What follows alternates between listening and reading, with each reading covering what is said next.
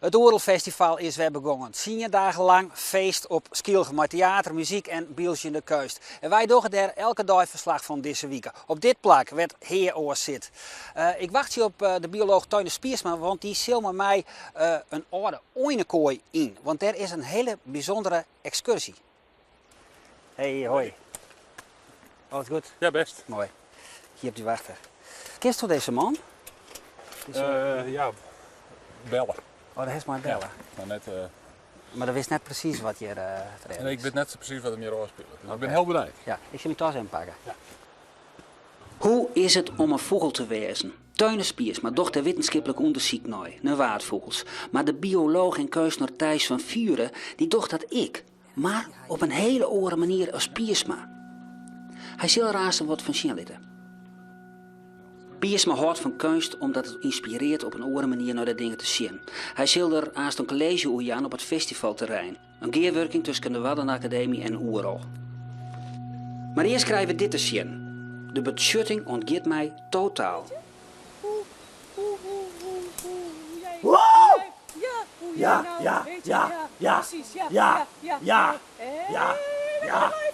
hallo.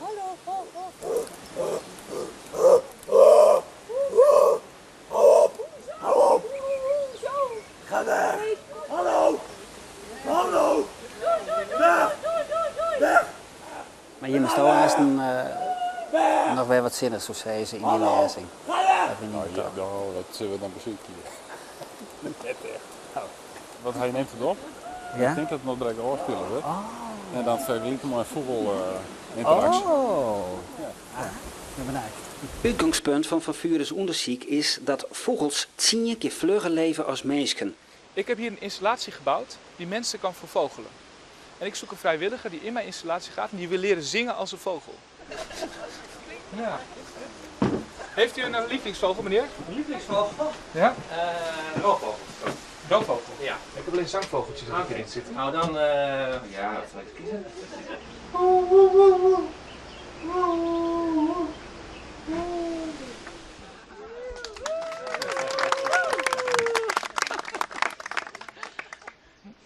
Dan moeten we even wachten tot hij vervogeld wordt. En we zullen zo meteen het resultaat aanschouwen.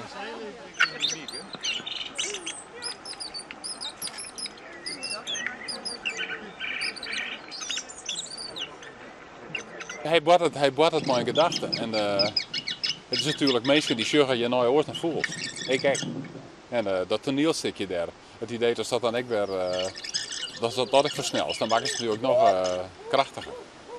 Dus het is wel een heel erg leuk idee, vind ik. Ja, super. Het Oerol College, waar was dat gegeven? Het Oerol College, Ja. jeutje mineutje. Welkom allemaal. Welkom bij de eerste lezing in de reeks waar de kunst de wetenschap ontmoet hier op Oerol. En ik wil heel graag het woord geven aan Teune Spiersma. Ja, dankjewel. Vanuit de filosofie is geformuleerd door de filosoof Thomas Nagel heet hij, dat het onmogelijk is voor mensen om zich in te leven hoe het is om een dier te zijn. Nou, dit project is een poging om de grenzen tussen het vogel zijn en het mens zijn, om die weg te nemen en u toch een beetje inbeelding te maken hoe het is om een vogel te zijn. Ik Spiersma gaat ervan uit dat het voor de mens mogelijk is een vogel te begrijpen. Je moet dat wel mooi verstaan dan. Je moet dan een heel soort kennis in stoppen om je in te filmen. Om nooit te denken hoe wat het is om een fiets of een kanoet of een skriers te wezen. Maar als je genoeg ervan weet, dan slaagt het wel op zekerheid. Ja,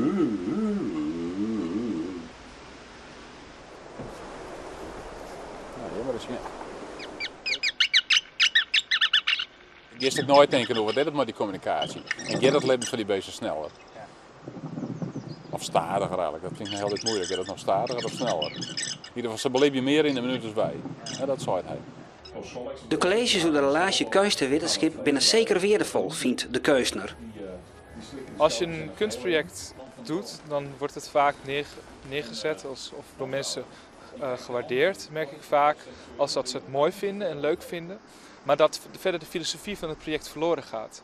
En ik denk dat door een lezingreeks eraan vast te koppelen en meer een wetenschappelijke visie ook eraan te koppelen, dat mensen zich meer bewust worden van de filosofie en de wetenschappelijke onderbouwing van projecten. Of juist de kunstkant van wat wetenschap ook is. Want feitelijk gaat het allebei over onderzoek wat je doet, alleen je doet het op een andere manier.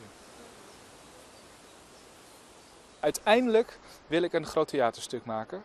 Een groot vervogeld theaterstuk waar het publiek allemaal in kan, massaal vervogeld wordt met acteurs erbij en een hele grote show. Hoi. Ja. Dag. Hoi. Hallo. Hey, doe. Kom maar. Hey. Ga weg. Het theater is dit hier weer naar Oerl komen. Ze spelen het stuk hier en dat stuk dat is helemaal hier ik ontwikkelen. Zodat locatietheater ik bedoeld is. Je bedenkt wat op het plak waar dat ik spelen wordt. Maar dat brengt ik een zeker risico mee.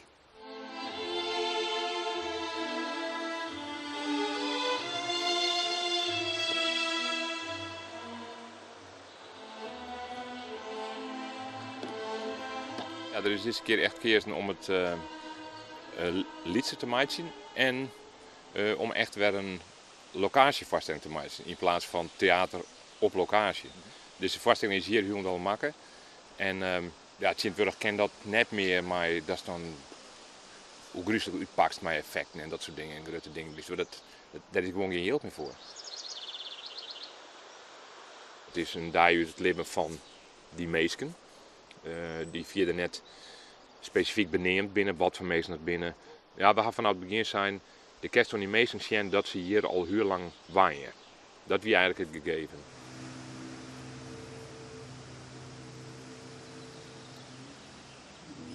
Meestal in die verwachting van theater, misschien ik spektakel of grote stikken of drama's. En ja, je zult meestal voor erin. Ja. Hoe slim is dat? Dat is heel net slim. Het oeralpubliek is zo ongelooflijk breed. De kerst nooit voor alle publiek is maar de ideale voorstelling maatje. Ik zelf hoor heel erg van dit soort theater. En ik had het gevoel, of ik weet eigenlijk wel zeker, dat oeral ik heel graag wil is, maar dat er weer meer voorstellingen komen die punt 1 op locatie maken worden, die echt de locatie als uitgangspunt nemen. En punt 2, dat het net al je hapkleren brokken binnen, zeg maar. Dat is de laadje vermaken en best voort en het is kleer. Dan rennen je meestal leuk voort, maar ik weet dat die binnen Joon, het speelt van Joon nog te rollen. Ik vond het wel te voorspelbaar. Ik heb vrij veel gezien op Oerol en zeker als er zo'n grote afstand tussen zit, dan kan je al een beetje bedenken wat er gaat gebeuren. Ja, er zou ook wel iemand doodgaan, dat is dan ook zo. En dat is dan een ritueeltje, ja, en dan komt ze terug en dan is het klaar. Wat vond jij? Ja, nee, dat ben ik wel met je eens. Ja. Toen ze met de muziek begonnen dacht ik, dat is mooi. Nu wordt de stemming wat meer neergezet. Anders was het een beetje toch wel wat saai af en toe. Ja. Ik zie een heel soort voorstelling en ik denk, ja, die staan de bosranen aan, maar ze doen er verder niks mee. Dat zie ik wel in steden kennen. Ja, dat hier wel wijzen kennen. Nou, dit kan absoluut net binnen.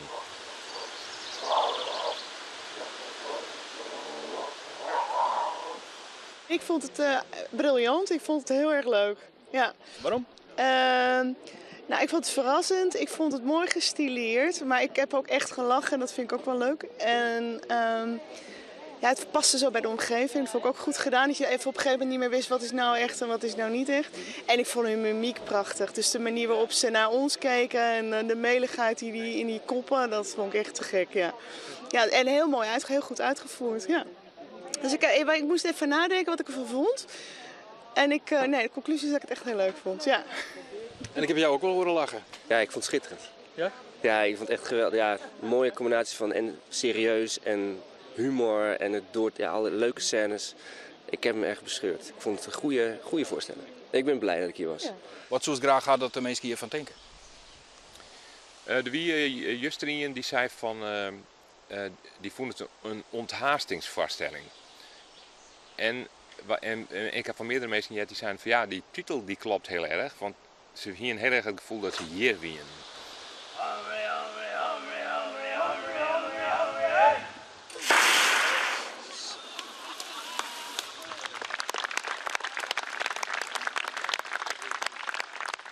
Dit wordt verjoerd. Maandag zullen we onder op paard met Stef Aversaat. Hij is directeur van de Lawaai en hij broekt dit festival voor een pad als een soort van staalkaart van wat er te krijgen is in Nederland. Zodat hij dat misschien aanstaan later in zijn eigen theater programmeren kan. Maar vanzelf komt dat hij het leuk vindt. Benijd maar wat voor eigen dat hij zegt. Bedankt voor het zien. Tot morgen.